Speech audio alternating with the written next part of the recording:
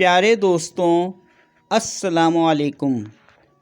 میرا نام طارق نصیر ہے اور اس وقت آپ ملاحظہ فرما رہے ہیں میری نئی تحریر کردہ کتاب نومیڈک اور ٹریفک، ٹائٹینک بحری جہاز کی دو چھوٹی بہنیں کا سرورق۔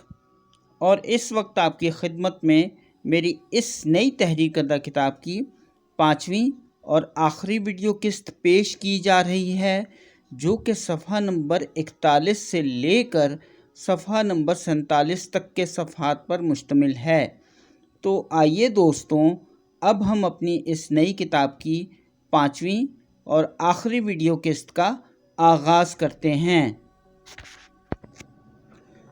بسم اللہ الرحمن الرحیم۔ گزشتہ سے پیوستہ۔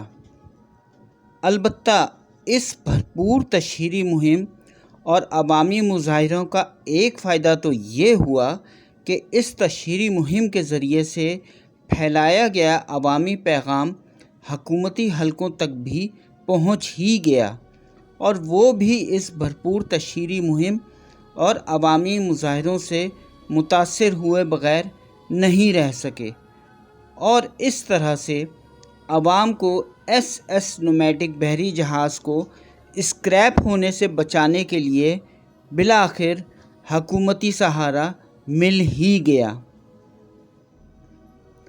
26 جنوری سن 2006 کو شمالی آئرلینڈ کی حکومت کے محکمہ برائے سماجی ترقی نے ایس نومیڈک بحری جہاز کی خریداری کے لیے مطلوبہ 2,50,000 برطانوی پاؤنڈز کی رقم کا بندوبست کر ہی لیا، اور اسی روز پیرس کی پورٹ اینڈ ہاربر اتھارٹی کو مطلوبہ رقم کی ادائیگی کر دی گئی، اور اسی روز شمالی آئرلینڈ کی حکومت کے محکمہ برائے سماجی ترقی نے ایس نومیڈک بحری جہاز کو خرید لیا۔ 12 جولائی سن 2006 کو بالآخر ایس نومیڈک بحری جہاز کو ایک میرین ٹرانسپورٹیشن بارج جس کا نام پگی بیگٹ تھا، اس کے پیچھے رکھ کر اور باندھ کر فرانس کے شہر پیرس کی بندرگاہ لی ہاورے سے شمالی آئرلینڈ کی بندرگاہ بیلفاسٹ کے لیے روانہ کر دیا گیا۔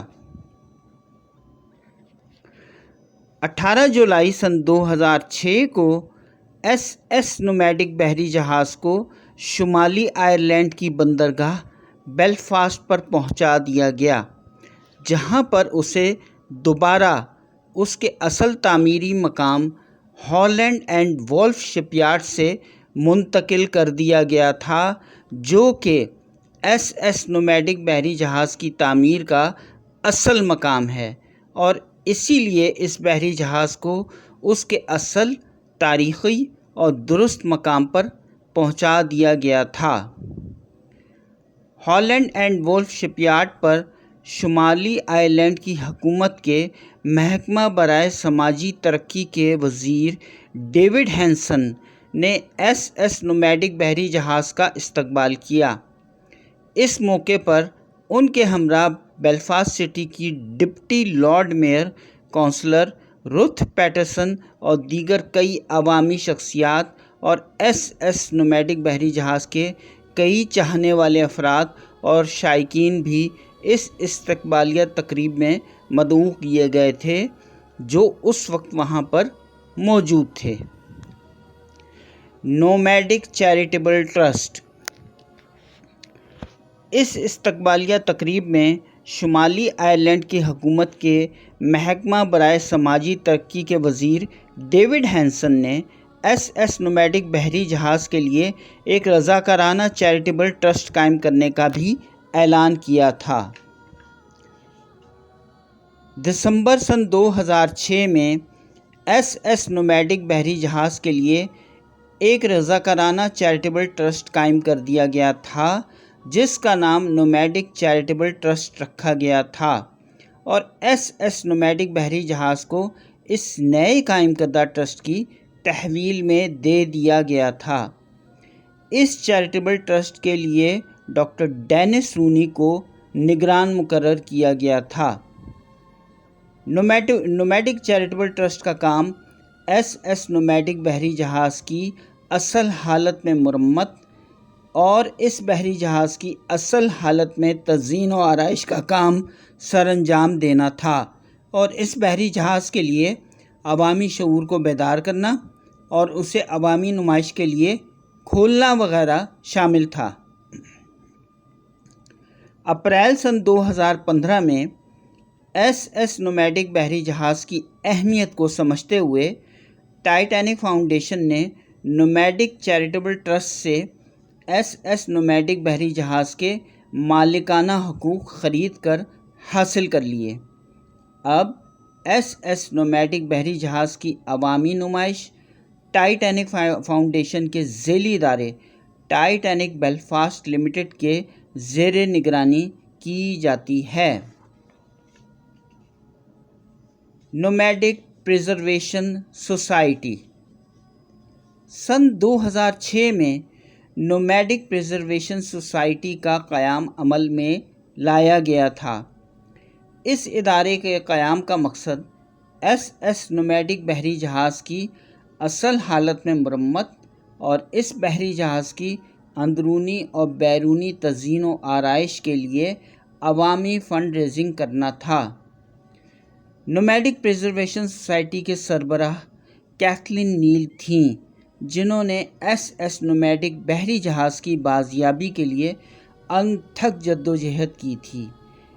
کیتھلین نیل کا انتقال نومبر سن 2023 میں ہوا تھا۔ ایس نومیڈک بحری جہاز کی اصل حالت میں بحالی کے کام کا آغاز۔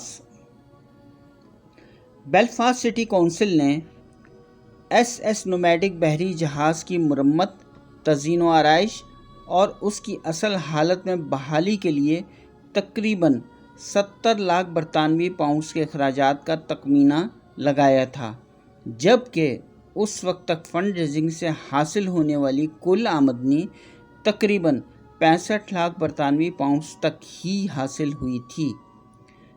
اس آمدنی میں سب سے زیادہ حصہ جن اداروں سے موصول ہوا تھا ان کی تفصیل درج ذیل ہے۔ نمبر 1، برطانوی ورثہ لاٹری فنڈ۔ نمبر 2، یورپی یونین امن سوئم فنڈ۔ نمبر 3، شمالی آئرلینڈ سیاحتی بورڈ۔ نمبر 4، بیلفاسٹ سٹی کونسل۔ نمبر 5، السٹر گارڈن ولیجز لمیٹڈ۔ اگست سن 2008 میں برطانوی قومی ادارے برائے national register of historic vessels نے ایس نومیڈک بحری جہاز کو ایک قومی ورثہ قرار دیتے ہوئے اسے ایک قومی اور تاریخی بحری جہاز قرار دے دیا تھا۔